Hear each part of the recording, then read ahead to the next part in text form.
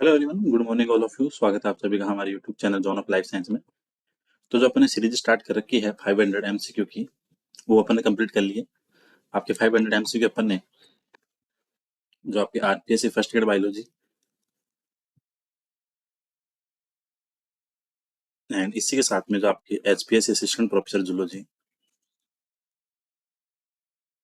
इन दोनों के लिए अपन ने जो एमसीक्यू सेशन स्टार्ट किया था 500 क्वेश्चंस का, तो 500 क्वेश्चंस अपन ने कंप्लीट कर लिए। अब अपन स्टार्ट करेंगे नेक्स्ट सेशन 501 से। तो जिन्होंने पहले वाले क्वेश्चन नहीं देखे, एक बार आप जाके उनको देख लेना। प्लेलिस्ट बनी हुई है अपनी एचपीएससी के नाम से, जहाँ पे सारे क्वेश्चन अपन ने अपलोड कर रखे हैं, जो कि आपके लिए काफी इंपॉर्टेंट क्वेश्चन है। और जूलॉजी के मिक्स में क्वेश्चन है सारे के सारे, कोई एक ऐसे इंडिविजुअल यूनिट से नहीं उठाए हुए हैं। सारी यूनिट जितना भी सिलेबस है उसके अकॉर्डिंग आपके जूलॉजी के 500 क्वेश्चन उस प्लेलिस्ट में अपलोड कर दिए हैं। शायद 22 या 23 वीडियो के अंदर 500 क्वेश्चन कंप्लीट कराए। क्वेश्चन वो है जो बार बार रिपीट होते रहते हैं, काफी फ्रीक्वेंट टाइम क्वेश्चन बार बार आए हैं हर एग्जाम में, चाहे आप पीजीटी हो चाहे फिर असिस्टेंट प्रोफेसर हो, हर एग्जाम के अंदर वहां से क्वेश्चन आए। ठीक है, तो जिन्होंने प्रीवियस क्वेश्चन नहीं देखे एक बार 500 उनको आप देख लेना। और उन 500 क्वेश्चन की मैं पीडीएफ जल्दी ही अपना जो टेलीग्राम चैनल है जॉन ऑफ लाइफ टाइम, वहाँ पे डालने वाला हूँ। तो जो ग्रुप में नहीं है वो बच्चे वहाँ पे जुड़ जाए, ताकि वहाँ पे अपन पीडीएफ अपलोड करेंगे प्रीवियस 500 क्वेश्चंस के। अब नए सेशन स्टार्ट करते हैं 501 से। तो पहला क्वेश्चन है, what is the term for total collection of genes in population at any one time. Population के अंदर जो टोटल जीन कलेक्शन है उसको बोलते हैं जीन पूल। ठीक है, जीन पूल का मतलब क्या हुआ, आपके टोटल जीन है पॉपुलेशन के अंदर, उसको बोलेंगे जीन पूल। ठीक है, सिंपल सा एक लैंग्वेज वाला क्वेश्चन है, simple one liner. Gene pool का मतलब हुआ कि आपके पॉपुलेशन के अंदर जो टोटल जीन है उसके कलेक्शन को बोलते हैं gene pool. Which principle describe how alleles and genotype frequency remain constant in population? Population के अंदर आपके एलील और genotype frequency generation to generation जो कांस्टेंट रहती है, उसके लिए जो रूल आता है वो आता है आपके हार्डी वेनबर्ग लॉ, जो आपका है P square plus 2pq plus Q square. ठीक है, तो हार्डी वेनबर्ग लॉ का मतलब क्या हुआ कि पॉपुलेशन के अंदर जो आपके एलील और जीनोटाइप फ्रीक्वेंसी है वो जनरेशन टू जनरेशन कांस्टेंट रहती है, उसको लेके एक्सप्लेन किया हुआ है। Which term describe the random fluctuation in allele frequency in small population? देखो दो चीजें ध्यान रखो, अगर एक तो नाम आ रहा है आपकी स्मॉल पॉपुलेशन, ठीक है, और एक आ रहा है रैंडम या बाई चांस फ्लक्चुएशन या वेरिएशन, वो कंडीशन होती है आपके जेनेटिक ड्रिफ्ट। ठीक है, जेनेटिक ड्रिफ्ट का मतलब क्या हुआ, रैंडम फ्लक्चुएशन आता है बाई चांस पॉपुलेशन के अंदर जो चेंजेस आते हैं स्मॉल पॉपुलेशन के अंदर, स्पेशली ध्यान रखना, लार्ज में तो नहीं आएगा, स्मॉल में आएगा, तो उसको बोलेंगे जेनेटिक ड्रिफ्ट। ठीक है, right answer option number C. वो जेनेटिक ड्रिफ्ट शायद टर्म दिया था सीवेल राइट ने।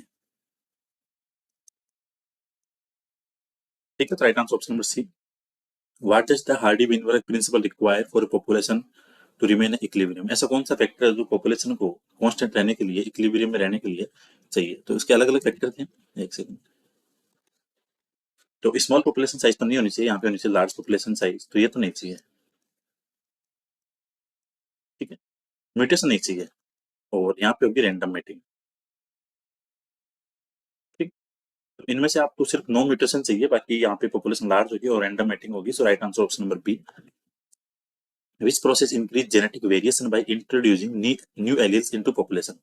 पॉपुलेशन के अंदर जो आपके न्यू जेनेटिक वेरिएशन आ रहे हो किससे आएंगे, तो आएंगे आपके म्यूटेशन से। ठीक है, right answer option number B आपका।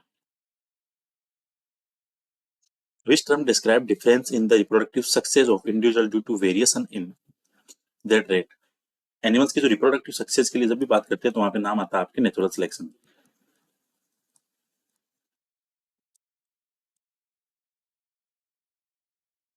और इसी को एनिमल्स की बोलते हैं क्या, फिटनेस। यहाँ पे फिटनेस का मतलब फिजिकल फिटनेस नहीं होता है, यहाँ पे रिप्रोडक्टिव फिटनेस होता है, वो कितने बच्चे वो ऑफस्प्रिंग प्रोड्यूस कर रहा है, तो उसके लिए टर्म यूज किया जाता है नेचुरल सिलेक्शन। ठीक है, नेचुरल सिलेक्शन का मतलब क्या हुआ, एनिमल्स के अंदर कैपेसिटी है एनवायरमेंट के अंदर टॉलरेट करने की, तो उसके लिए जो रिप्रोडक्टिव सक्सेस के लिए, वेरिएशन के लिए, ट्रेड के लिए जो टर्म यूज करते हैं वो है नेचुरल सिलेक्शन।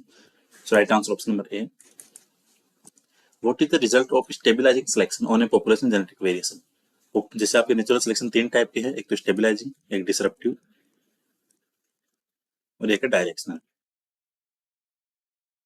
अगर आपकी पॉपुलेशन स्टेबलाइज है, मतलब वो एक जगह फिक्स है, तो वहां पे आपके वेरिएशन बढ़ेगा नहीं, वहां पे वेरिएशन होगा आपके कम। वो तो स्टेबल है, वहां पे तो वेरिएशन आपके इंक्रीज होने का चांस ही नहीं है। और अगर डिसरप्टिव है उसके अंदर वेरिएशन वेरी करेगा, डायरेक्शनल है तो वेरिएशन है वो इंक्रीज होगा, आगे की तरफ जाएगा। अगर स्टेबलाइजिंग है तो आपकी कंडीशन होगी वेरिएशन क्या होगा आपका decrease. So right answer option number A. What is the effect called when a new few individuals start a new population with a different allele frequency? अगर आपको कोई एरिया है यहाँ पे सारी की सारी पॉपुलेशन थी, मान लो कोई नेचुरल कैलेमिटी हुई, वो सारी की सारी क्या हो गई, डिस्ट्रॉय हो गई, न्यू पॉपुलेशन आई और उसने आके वापस कम्युनिटी बनाना स्टार्ट किया, तो उसको बोलते हैं फाउंडर इफेक्ट। फाउंडर मतलब जो सबसे पहले आगे जिसने स्टार्ट किया उसको बोलते हैं फाउंडर। तो right answer option number B C, founder effect. What does P represent in Hardy Weinberg equation? देखो पी तो होता है आपके डोमिनेंट एलील के लिए, इसके अंदर ध्यान रखना। क्यू होता है आपके रिसेसिव के लिए, और पी क्यू होता है आपके हेटेरोजाइगोट के लिए। ये तीनों चीजें ध्यान रखना। और एक बार इस पे न्यूमेरिकल क्वेश्चन की प्रैक्टिस करवा देंगे हार्डी-विनबर्ग वाले में। तो यहाँ पे पी पूछा है तो मतलब आपके frequency of dominant allele. Which form of natural selection favour the average phenotype? Average का नाम आते मतलब स्टेबलाइजिंग। उसने क्या किया, वहाँ पे आपके जो फिनोटाइप है उसको स्टेबल कर रखा है, तो इसके लिए एवरेज फिनोटाइप किसमें दिखेगा आपको, स्टेबलाइजिंग सिलेक्शन में। क्योंकि डायरेक्शनल होगा तो एक फिनोटाइप को लेके वेरी करेगा आगे, तो स्टेबलाइजिंग अंदर क्या है, average phenotype. What is the equation used to calculate? तो ये हार्डी-विनबर्ग वाला है, P square 2pq plus Q square equal to 1। ये आपको ध्यान रखना, हार्डी प्रिंसिपल का जो रूल है, जो फॉर्मूला इसका, P square plus 2pq plus Q square बराबर 1। तो पी हो गया आपके डोमिनेंट, पी क्यू हो गया आपके हेटेरोजाइगोट, क्यू हो गया आपके recessive. What is a term for measure of an organism reproductive fitness? Reproductive fitness success का नाम आती है, यहाँ पे टर्म यूज होगा आपकी फिटनेस। यहाँ पे फिटनेस का मतलब फिजिकल फिटनेस से नहीं है जो आपको दिख रही है, यहाँ पे फिटनेस का मतलब है जो आपकी रिप्रोडक्टिव सक्सेस है एनिमल्स की, उसके लिए जो वर्ड यूज करते हैं वो आपके फिटनेस। तो फिटनेस में यहाँ पे reproductive fitness.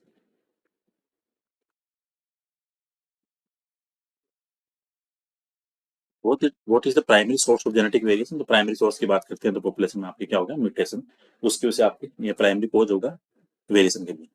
What is the function of vacuole in cell? तो सेल के अंदर जो वैक्यूल है उसका काम क्या होता है, स्टोरेज का।